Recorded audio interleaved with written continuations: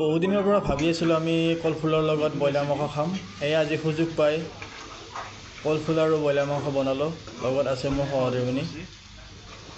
এই কলফুলটো আপুনি সৰু সৰুকৈ কাটি ল'ব, যেনেকৈ আমি ঘৰত ভাজি বনাওঁ কলফুলৰ। এনেকৈ কাটি লৈ উঠি আপুনি ভাজিব। ভাজি লৈ উঠি ভাজা কলফুলখিনি এক্সট্ৰা কৰি থৈ দিব।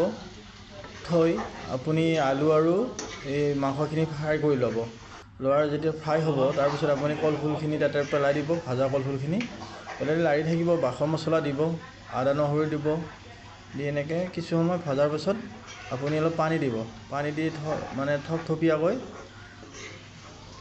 আপোনাৰ হিচাপমতে ৰাখি দিব আৰু আপুনি যিটো হেৰিত ভাল পায়। আমি এতিয়া ধৰ বেছি পনীয়া কৰা নাই, অকণমান পানী দিছোঁ। আৰু ৰেচিপিটো মই কেতিয়াবা ভালকৈ আপোনালোকক জনাম। আজি হঠাতে হ'ল কাৰণে বৰ বিশেষ ক'ব পৰা নাই। এদিন আপোনালোকক ভালকৈ কলফুলৰ সৈতে কেনেকৈ মাংস বনায় সেইটো মই আপোনালোকক ভালকৈ জনাম। আজিলৈ ইমানেই। ভিডিঅ'টো ভাল পালে আপোনালোকে শ্বেয়াৰ কৰি দিব, লাইক কৰি দিব আৰু মোৰ চেনেলটো ছাবস্ক্ৰাইব কৰি দিব। আৰু ভিডিঅ' নতুনকৈ বনাবলৈ শিকিছোঁ, ভুল ভ্ৰান্তি থাকিব পাৰে, আপোনালোকে দেখুৱাই দিব। পৰিৱেশন কৰিব পৰা হৈ গৈছে। খাওঁ ভাল লাগছে। খাবি আৰু